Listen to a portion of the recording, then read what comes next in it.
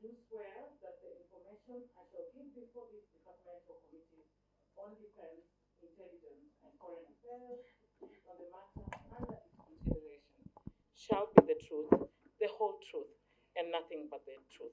So help me God.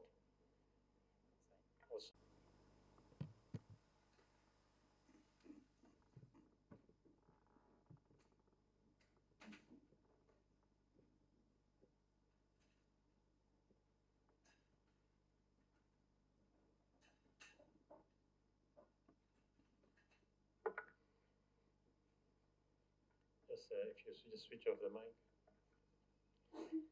So, Madam Gertrude, Article 124A of the Constitution provides that when a House of Parliament considers any appointment for which its approval is required under the Constitution or an Act of Parliament, the appointment shall be considered by a committee of the relevant House. The Departmental Committee on Defense, Intelligence, and Foreign Relations is established pursuant to Article 1241 of the Constitution and the National Assembly Standing Order 216. The National Assembly Standing Order 216 spells out the mandate of the departmental committees, which includes to vet and report on all appointments where the Constitution or any law requires the National Assembly to approve. Further, the second schedule of the standing orders allocates the committee, among others, to oversight foreign relations, diplomatic and consular services, and international relations. The purpose of this vetting, Madam Gertrude Angote, is to ascertain your suitability to discharge your responsibility in the office of the permanent representative. Before I give you an opportunity to tell us a brief history of yourself, I want to ask you these questions.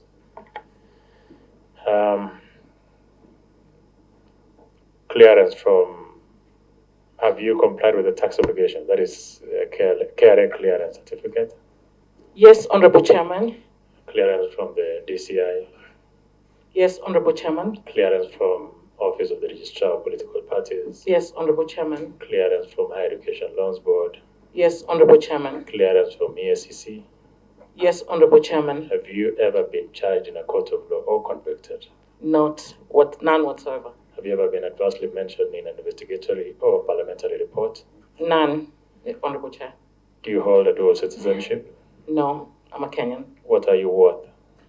I'm 1 million shillings. What are your current or anticipated sources of income? My current sources of income is largely my salary, and anticipated would be my retirement benefits from, both my service at the previously in law firms and non-governmental organizations, and then within the United Nations from the UNDP and United Nations Development Program and the International Labour Organization. Briefly, who is Gertrude Angote? You can use that opportunity to introduce yourself, make a brief history of yourself, and the huge delegation that you've come with, including a former member of Parliament. So feel free to make that introduction and proceed. Thank you, Honorable Chairman. Thank you, Honorable members of the committee. My name is Gertrude Nelson Angote. Allow me to first thank Yahweh, the Almighty God, for giving me this opportunity and giving it to actually all of us to be here. Secondly, I would like to, with utmost humility, thank His Excellency, the President, Dr. William Samoei Ruto, for nominating me to this position of permanent representative to the United Nations Environment Program. Upon your approval, Honorable Chair and Honorable members, it is my commitment and my greatest desire to project, to promote, and to protect the image and the interests of Kenya as relates to matters environment nationally, regionally, and globally. I was born in Northeast Bunyore location in Emuhaya constituency of Vihiga County. I am a Kenyan, a sixth born in the family of six. You will appreciate the delegation. In the family of 9. And I am a lone parent to wonderful children, son and daughter, who have joined. I have the privilege to be joined by them here today. I also want to very specially thank my friends, including the honorable member you mentioned, and family, my great family who have come all the way from Bunyore to stand and support me today. I began my early schooling in a Matsuri Primary School in Bunyore. And again, I am very grateful to my mother and father, who are both my teachers, my father being my head teacher. So I'm sure you can appreciate how tough that was, especially in terms of discipline. I then moved to Keve Girls High School and thereafter joined Kenya Methodist University in Meru, where I undertook an A-levels course until the year 1998, when I joined when I joined Moi University to undertake a Bachelor of Laws degree, which I undertook and graduated in the year 2003. Thereafter, I joined the Kenya School of Law as required for legal training. And at the Kenya School of Law, I undertook a postgraduate diploma in law and graduated in the year 2006. It is also the same year that I was admitted to the bar as an advocate of the High Court of Kenya, and I've been counsel for the last 17 years in good standing. Honorable Chair, honorable members of the committee, I also enrolled for a master's degree in law governance and democracy at the University of Nairobi, where I am a finalist.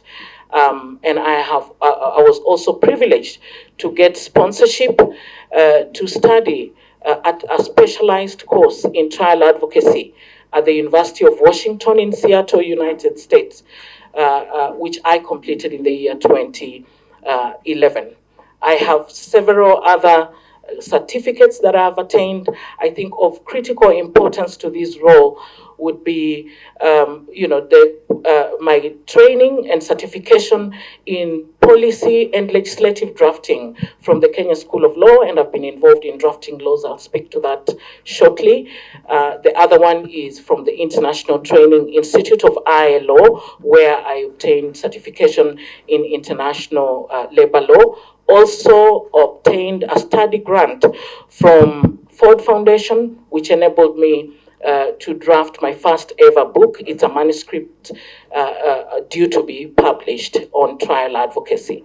I also have other in work training certifications, over 30 in number, and that would mark my education as a background in this endeavor. Let me speak about my work experience. I began working as a litigating advocate in law firms, commercial law firms, as well as doing pro bono work through organizations within Nairobi, and supporting development work back from the year 2006, and this I did for cumulatively 4 years. Thereafter, I got an opportunity to serve in Uganda at the Human Rights Network as a human rights officer. And during that time, I actually established the first ever human rights desk at the Human Rights Network Uganda. And I championed the training and facilitation on international human rights law, it was elections time, and both in Uganda, Kampala, as well as in Entebbe.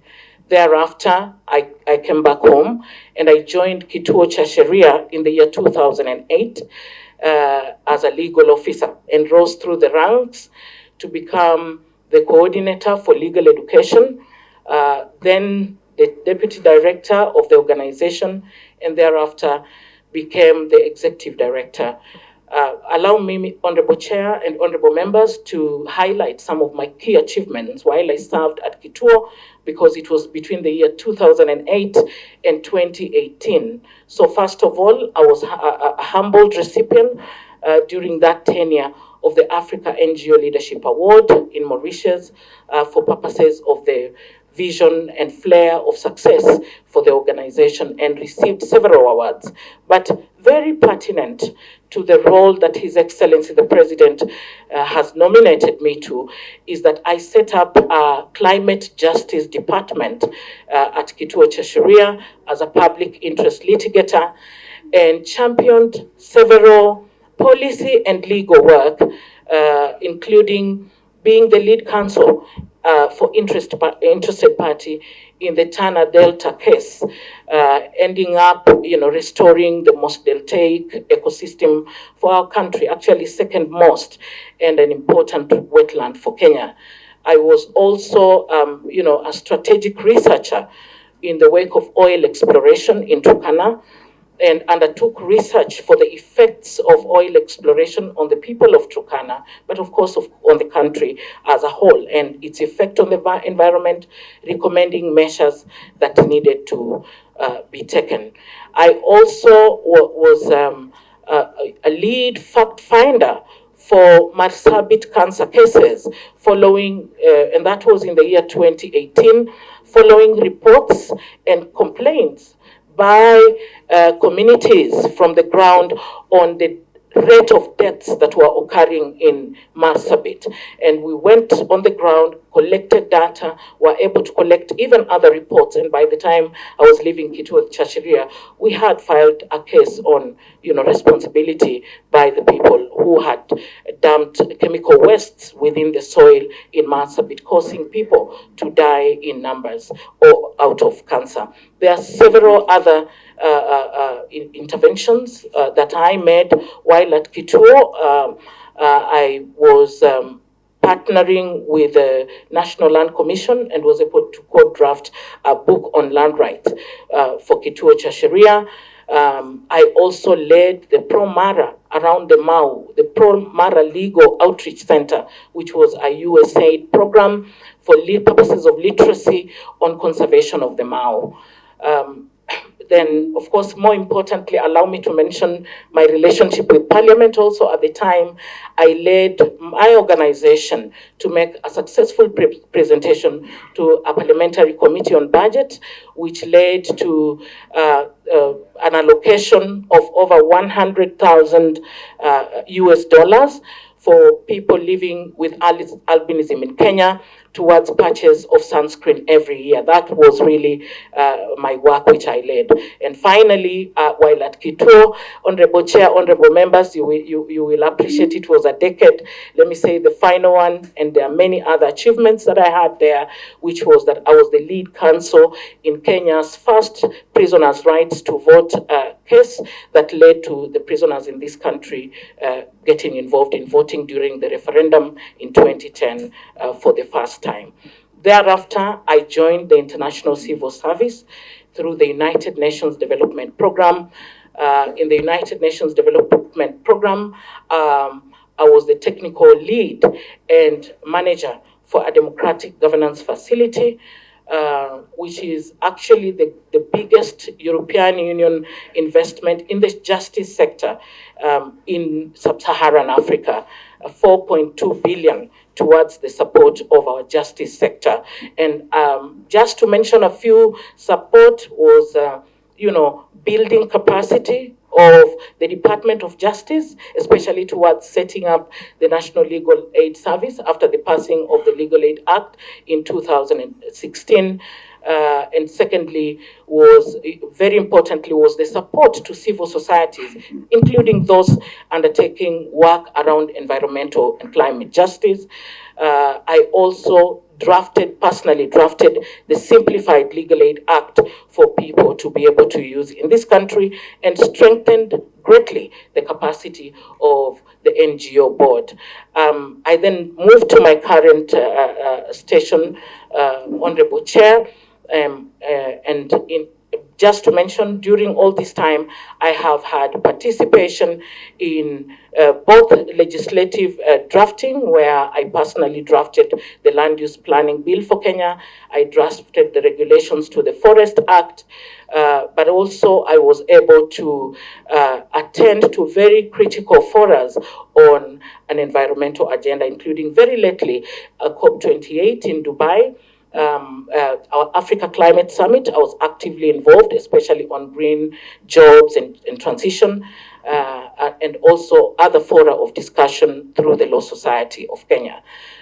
Currently, at the International Labour Organization, I am the project director for what we call an All Hands in Kenya project, which is really towards enhancing the capacity of our Ministry of Labour towards compliance with international labor standards and acceptable conditions of work. Honorable Chair, honorable members, great achievements we have made so thus far until today, including at the getting the Ministry of Labour to supporting them to be able to have a roadmap towards ensuring ratification of the International Labour Conventions of Kenya. And just one other key to mention would be really training capacity to the Employment and Labor Relations Court judges, which just happened very early this year, and many other inspectors within the Ministry of Labor. Honorable Chair, honorable members, I am a high achiever. In the last cumulatively 5 years, I have exceeded expectation in all my performance evaluation in my work areas. As my vast career demonstrates my knowledge and skills, I believe that I have the necessary technical and skill set and expertise needed to truly stand out as Kenya's next permanent representative to the United Nations Environment Programme. Thank you, Chair. To first note that the nominee is quite highly achieved in her field, as she has tried to summarize, but I think from her CV it's even more detailed. So I'll ask very direct questions. Number one, you have been in the human rights, I would say, background in many areas, including Kituo cha Sheria, even in UNDP, and other areas where you have worked. In the vision of our SDGs of whole society approach, how do you think we can involve to have everyone on board matters environment? That is the government, that is the civil society, that is the academia, the research, all of it. How do you think we can be able to get this synergy to ensure that we do our best? And why I ask this is because we are very proud to have held the first African climate change summit in Kenya. But most of these conferences that are high profile end up being just talk, and the deliberations and the decisions are kept in some shelf. So like this one, which one do you think you would start with from the ACS? Because it's very recent.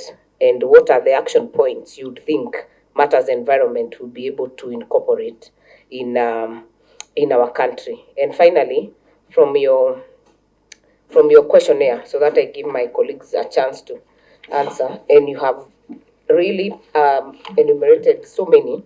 I'm curious on this International Labour Organization Staff Union. You're still a member.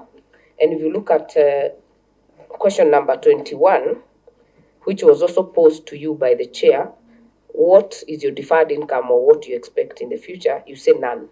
So is this position elective? Is it paid?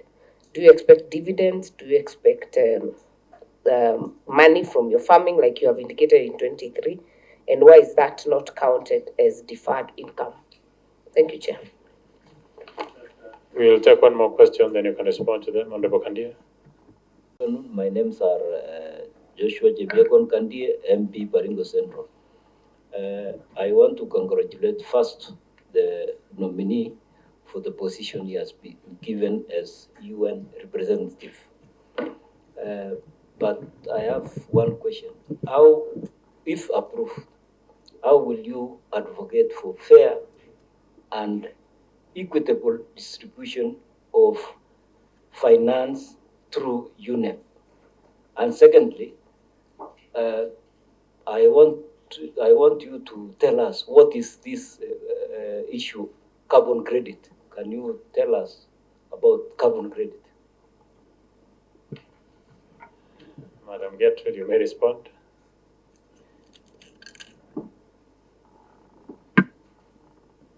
Thank you, Honorable Chair. Thank you, Honorable Wangari, for your question. In answering the question on human rights background and SDGs and how we are able to undertake a whole society approach, while coming into this position, I would be very well guided by the established frameworks. And one of them that is very critical is the Kenya foreign policy. And under the foreign policy, we have the environmental diplomacy pillar, which lays down two very critical areas that I would use in answering this question. One is that my role will include promoting research that would lead to innovation, and that would be important in helping to mitigate or actually reduce the effects of climate change and even the challenges on environment that we face as Kenya. And in doing that, one of the very critical points that I note, Honorable Wangari, through the chair, is that we as a country have had all these over 50 years of the presence of UNEP in Kenya, and we have very strong institutions of research. If we remember the for example, the Stockholm Environment Institute, we have ILRI, we have ICRAF, for example, we have ISIPE in this country. How have we used them to be critical thought leaders in helping us to have, proper scientific analysis that inform our policies. So in involving society and academia, these would be institutions that would be of critical importance for us. So in terms of also the foreign policy, the environmental diplomacy pillar, it requires that my office, if I am successful, get involved in promoting national and public dialogue around the matters, environmental challenges that we face as a country and as a region, but also to be able to ensure that there's awareness creation. So how to involve civil society, whole society approach would be to actually be able to hold these policy dialogues, hold public awareness forum, and undertake knowledge creation towards ensuring that everybody regionally, nationally, and internationally understands our priorities as a country when it comes to environment and climate change, but also more importantly, the efforts that we collectively need to put together in dealing with that. The issue about Madam Gertrude, let me request that you keep your answer short. Okay, you know your field, there's no doubt about it. Thank you very much. Thank you. So the question relating to International Labour Organization and staff income, Honorable Wangari, you will excuse me, maybe I did not make good use of my responses there. The deferred income would be what I responded to, Chair, which would be my investments and what I expect in retirement benefits as the future earnings that I would be expecting. When it comes to the question on yes, that would be my answers on that. Honorable Kandia, thank you very much. Sorry, Chair, point of order, just the ILO union, is it an elective position? Do you relinquish it, or is it paid? Is it remuneratable? It is remuneratable, Honorable Wangari, and I provided my salary within the form, but I serve, that's extra service by staff of the ILO who elected me to serve them on the staff union. Thank you. So will you relinquish? Definitely. Okay. Thank For you. the record, it's important. Yes, Honorable Kandia, thank you very much. If approved, and how I will attribute for fair and equitable financing from UNEP, I think of critical important would be to pursue, first of all, to pursue the financial the accruing financial support towards our climate action and our climate agenda, as well as our environmental priorities as a country, accruing from our negotiations in the multilateral environmental agreements. So that would lead to that, but more importantly, it is that there is an existing adaptation fund, and the adaptation fund is mainly supposed to support developing countries like Kenya, and one of the things would be to pursue, how far we can go or build the capacities of our negotiations as well as our proposals towards the support to the priority areas that Kenya has put for itself in combating environmental challenges through the adaptation funds in order for us to be able to meet our nationally determined contributions. The second one would be that in as much as we are all working hard and talking about global climate change, Africa is disproportionately affected by the effects of climate change. And one of the things in terms of, being able to contribute or advocate for equitable financing would be to look at, how poverty that affects our people, particularly in Kenya and in Africa, and therefore they are not even able to, fairly afford goods and services, how that is impacted by the heavy emitters, and be able to look for ways and available funds, including mitigation funds, that would enable us to be able to ensure that financing through UNEP comes to help us to deal with the priorities we have on environment. About carbon credits, it's an ongoing debate for us as a country. Honorable Kandie, I would say, through the chair, I would say that I think we are pleased that we are at a point that as a country we are in the legislative process. Because previously, as a country, we have had voluntary markets of carbon being what has been entrenched. But going forward, it would be to look at how we can, be compliant. And my office, particularly in my role, would be to support, again, to the strengthening of our capacities in ensuring that, as required of the environmental diplomacy policy, that our laws, which we are passing even on carbon credit, are in line with the international standards, the international norms, and the international laws. And more importantly, Honorable Chair, allow me to say that we are guided by the United Nations frameworks, like the one on climate change and the Paris Agreement, particularly Article 6, and this is what should be able to guide our country as we finalize. I know that the bill is of age, and the regulatory processes are still ongoing, and of course my office would really support by bringing UNEP's capacity to ensure that our laws are compliant with international standards. Thank you. Honorable. As our next representative to UNEP.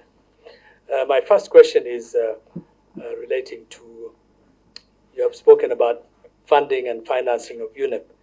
UNEP is the only second UN agency with its headquarters in the global south, but it is not able to meet its full potential because it's not fully funded or well-resourced like other UN agencies in New York, Geneva, or Austria, Vienna.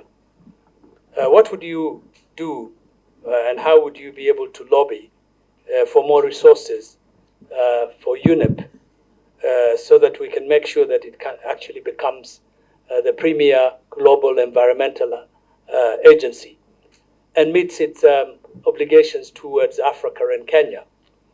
The second question is that Kenyans are underrepresented at the senior management level of UNEP. I think Kenyans are completely absent, if I may say so. What steps would you take to address this imbalance? Because although the UN would say that our quota might be full, but those are drivers, security guards, cleaners, and so on. But having a UN agency headquartered here in Nairobi and not having sufficient Africans or Kenyans at the top leadership is really not right. Thank you. Honorable Koech. Thank you, Chair, for the nominee, our nomination by the President to be our rep at the UNEP. And Chair, of interest to me is this questionnaire. And looking at it, I think it's one of those that are so well done, given what without disclosing what we've been, perusing before. And therefore, my compliments to you, Madam Angote, for a job well done. This particular one, Chair, I want to draw attention of our members to the issue of conflict of interest.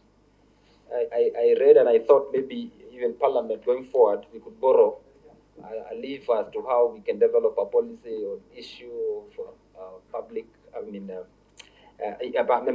of interest. Chair, I have a question, given I have no doubt in terms of the candidates or the nominee's ability, even from the narrative that she's given, because most likely, you're going to be nominated or appointed to be our rep in UNEP. I have interest in a project that the government is trying to implement in my constituency, and there seems to be a serious conflict between environmentalists and the government and the people. My people, because one mission of the UN is to make sure that the lives of the people who are living are improving, and we do not compromise the generations to come in terms of the way we deal with the environment. Now, there is a conflict of one road called Mau Mau Road. I would want you to take interest in that matter because it's alive today, whereby lobby groups that are foreign are opposed to the construction of that road. Yet there are so many other roads that go through forests. You've talked of wetlands and all. And they're trying to bring up issues to the effect that that road cannot be constructed because it passes through a wetland. Yet there's an existing road as we talk, only that it's not built to bitumen standard. I would want to hear, as our rep, how you'd come in, what would be your input so that then the lives of the living are taken care of, even as we look forward to generations to come, because that's the mission of the UNEP. Briefly respond to the two. I'll finish and then we'll take another round.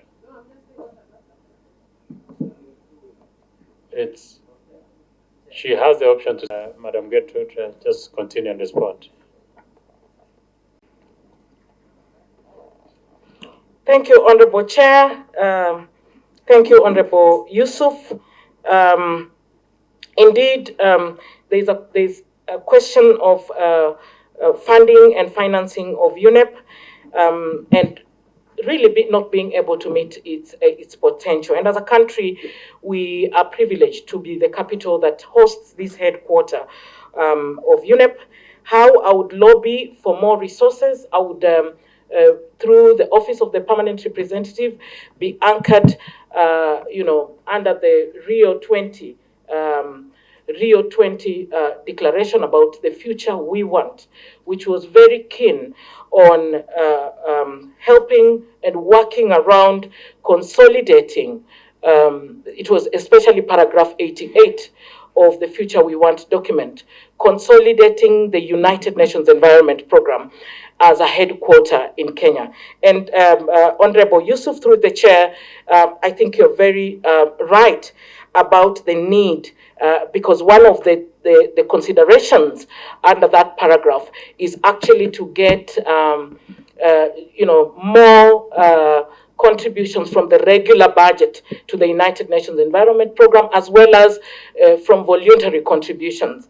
And this would be an area that hopefully, if I am approved and I serve in that office, working alongside with yourselves, honorable members, it's an area that we should be able to champion and maybe to rally our neighbors, the region and even the globe, working, of course, within the established frameworks to be able to increase those contributions contributions to the United Nations Environment Program. More importantly also is that there is need to elevate the status of the United Nations Environment Program within the United Nations system itself. And the coordination role of the mandate on environment and climate change should really be consolidated and be left towards the coordination of UNEP. And this is something that I will be working around with colleagues within the established frameworks again to be able to champion and of course, more importantly, to purpose to fully implement and work around the strengthening the implementation of the paragraph 88 of the Future We Want document.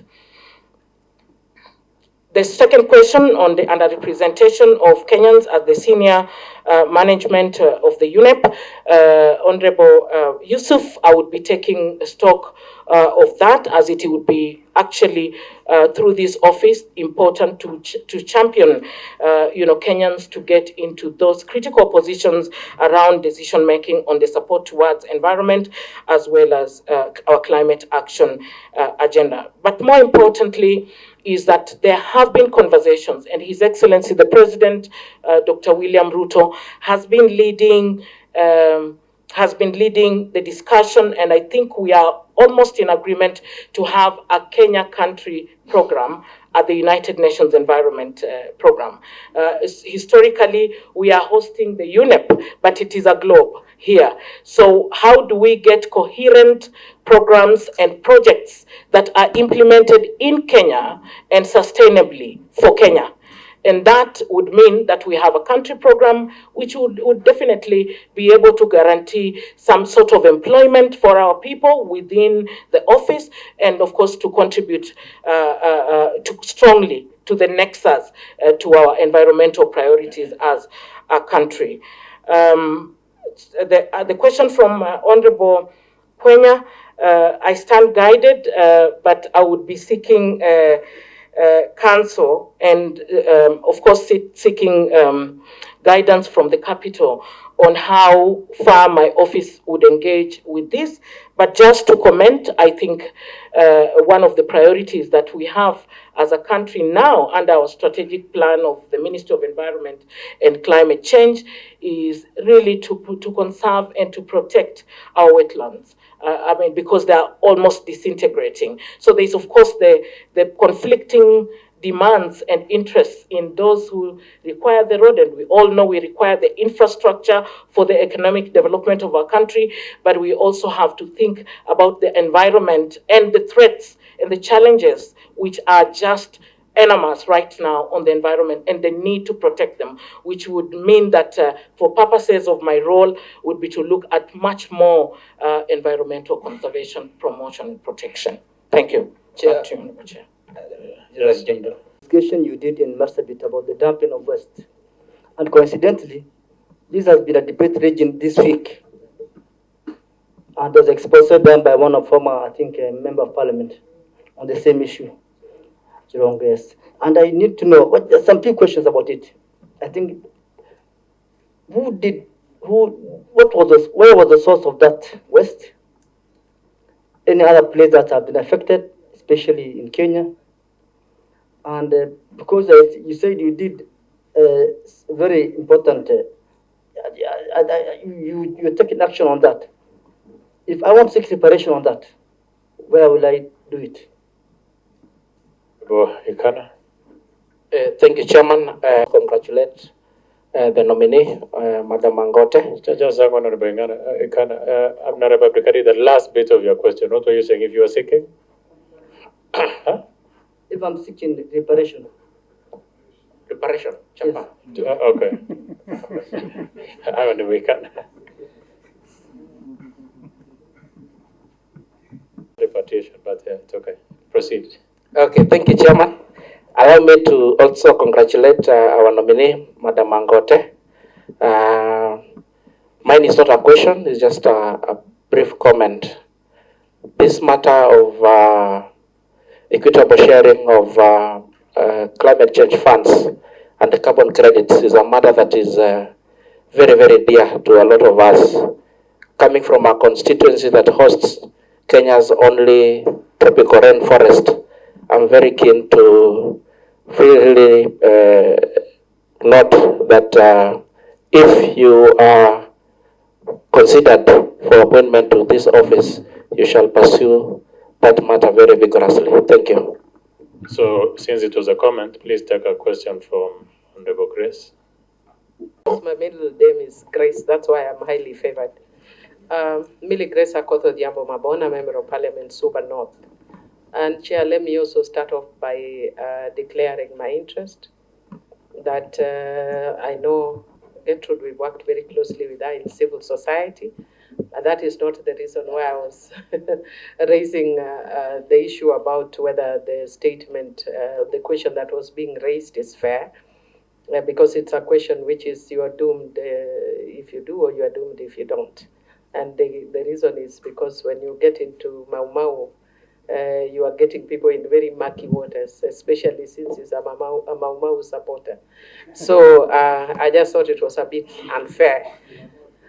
Yeah, Chair, I just wanted to say, I don't want to ask a question, but I just wanted to comment that it's important when we are doing our appointments that we get a correct fit. I can see all the members here nodding since we started, at least the ones I've been able to. And part of the reason we are nodding is because we picked a person fit for the job. If you look at her CV and what she's going to do. And the challenge we are facing is sometimes you get Millie Odhiambo as an ambassador to represent men. Poor fit for the job. I will not represent the human rights of men. Just let me represent human rights in general or women specifically. But otherwise, I just want to congratulate Ngote. We've worked with her very closely in civil society, especially LRF and Kituo cha Sheria. And I'm not aware of anything. You know me, I shoot right. So if I knew something, I would say whether I know or not. I don't know any blemish that I would want to put before the committee. Thank you. That is still a comment. I'll allow Honorable Memosi. Add to what my colleagues are saying, I think you've impressed all of us by your responses. But let me just ask you a quick one. You're coming at a time when there's a lot of conversation on climate change. How would you foster collaboration between UNEP state parties to achieve meaningful progress? There is a lot of talk, but very little action on the ground. And there's also a lot of money that is coming in on matters climate change. Some money is coming through Treasury and sent to counties. Some money is coming through NGOs. But as Kenyans say, ukienda kwa ground, mambo ni tofauti. What would you do if you are considered favorably by this committee to make some meaningful change around climate change? Even if it is just awareness, what role do you think you could play to change this? Summarize your responses.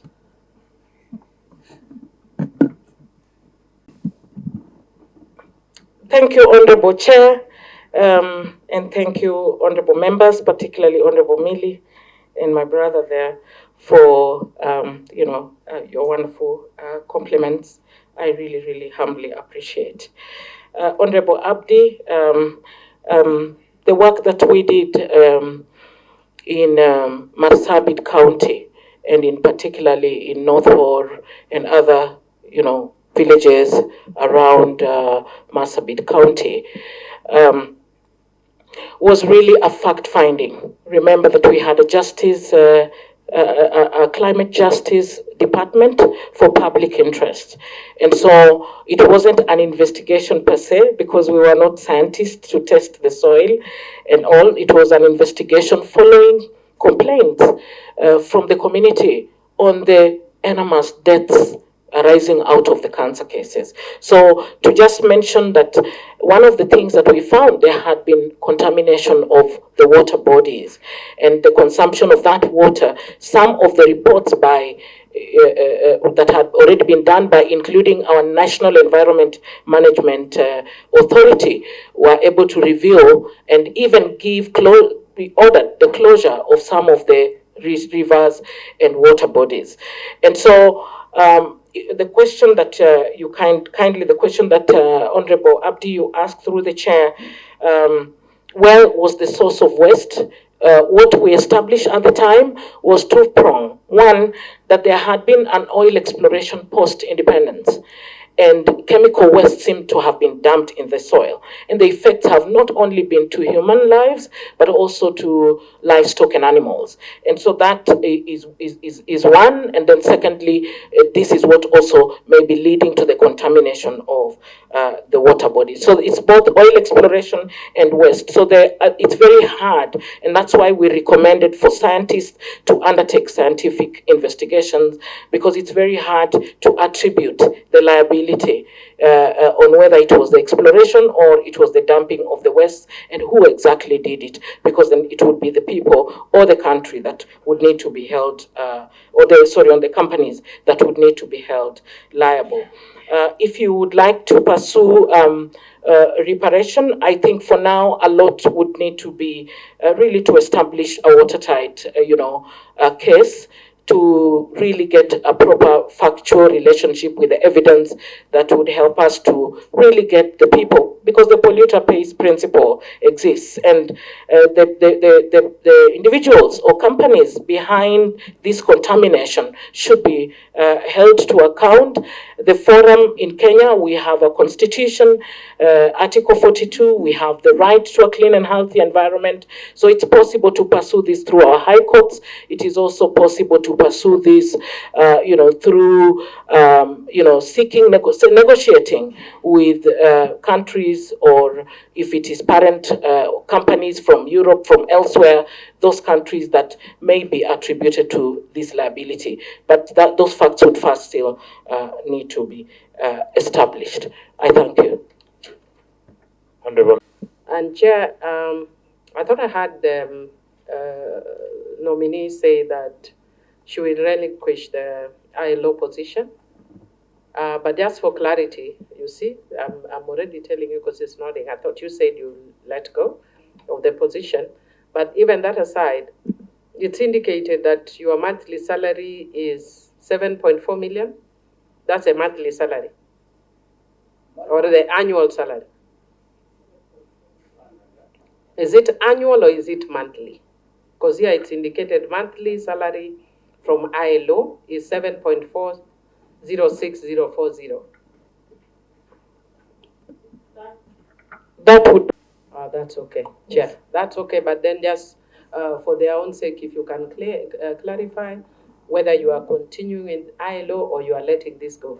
But if you are leaving 7.4 monthly salary, I would have said that you are one of the best Kenyans we have, and perhaps we need more Kenyans like you who would be willing to let go of 7.4 million just to serve the country. That would have been wonderful. But still, it's good because even that's still a lot of money. But just clarify.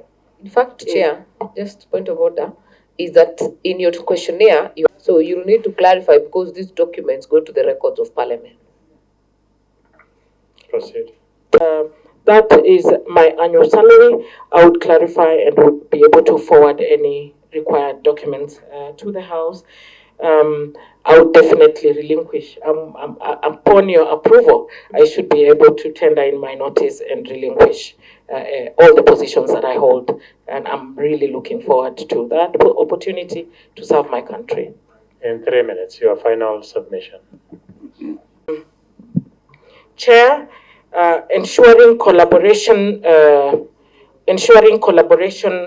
with the UNEP, of course representing the state parties, for purposes of effective collaboration. So I would answer this in 3 parts, Honorable Memusi, thank you. First, when I look at this opportunity, I see 3 areas of priority. At the start of the assignment, upon your humble approval. And first, it will be to champion environmental diplomacy champion Kenya as a hub on environmental diplomacy. And the reason I say this is not only because over 50 years we have been a host to the United Nations Environment Program, but it is also that we really need to scale up our capacities and particularly the capacities of our negotiators under the multilateral environmental agreements.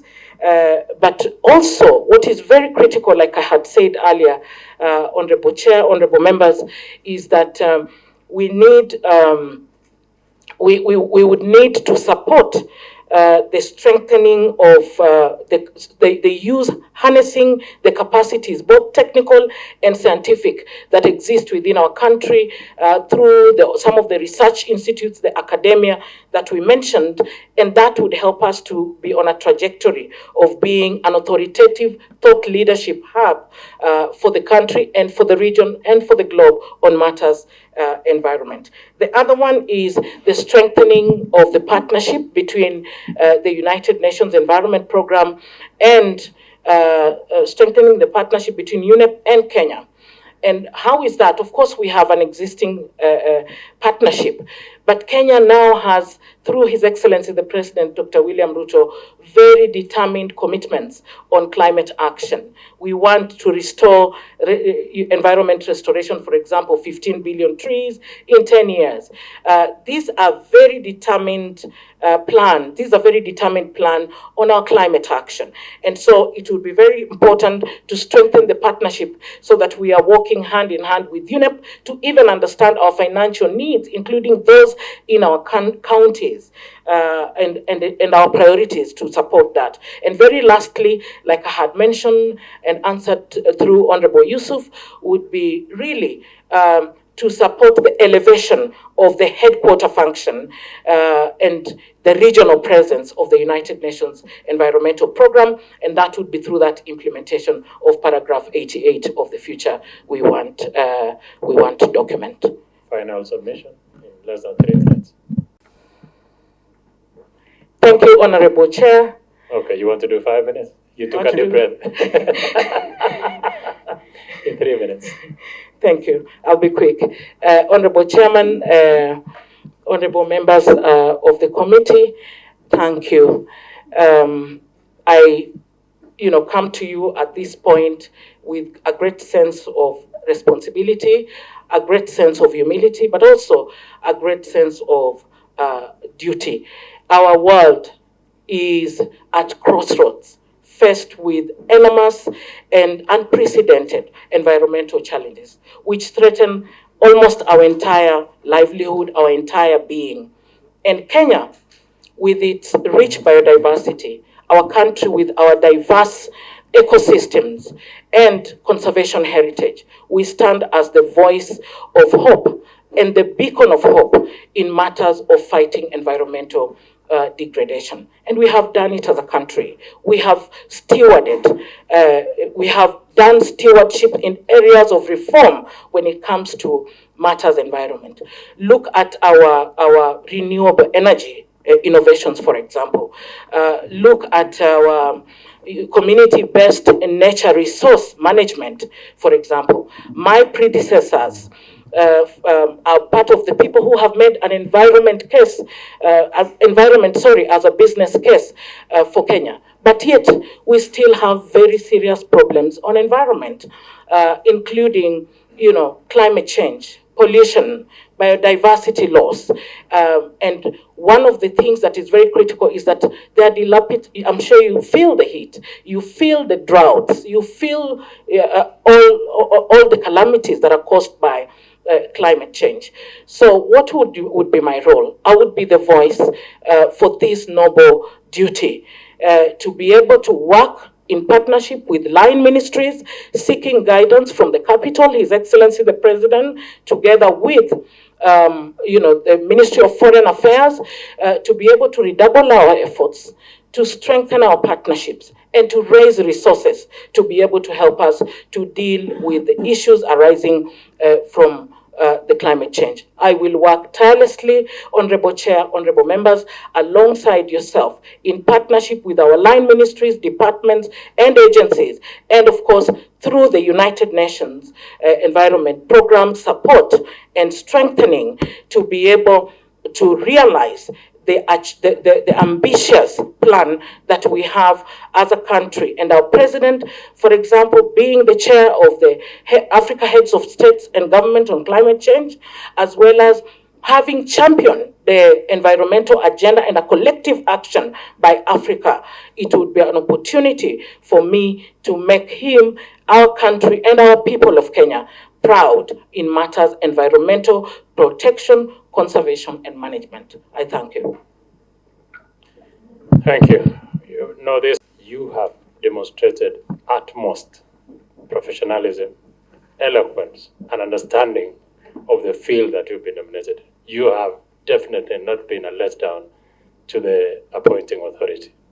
This committee, even with the vetting, I'm sure you've noticed, many of my colleagues are almost to the affirmative without saying.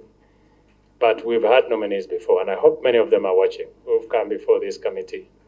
And without being prejudicial to them, they have really not taken their assignment very seriously. It's not that they are not competent, they just did not take their assignment seriously. You have taken your assignment extremely seriously. It has been impressive. I'm very proud of you. This country is proud of you, and I'm sure you have a big future. God bless you and have a good afternoon. Thank you very much, Honorable Chair. Thank you, honorable members. I am humbled. Thank you.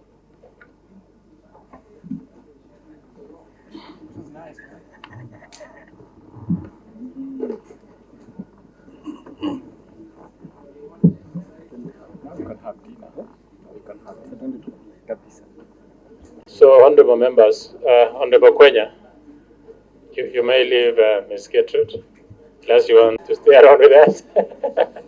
You may leave at your pleasure. Honorable members, please let's be seated so we can conclude. Tomorrow is being gazetted.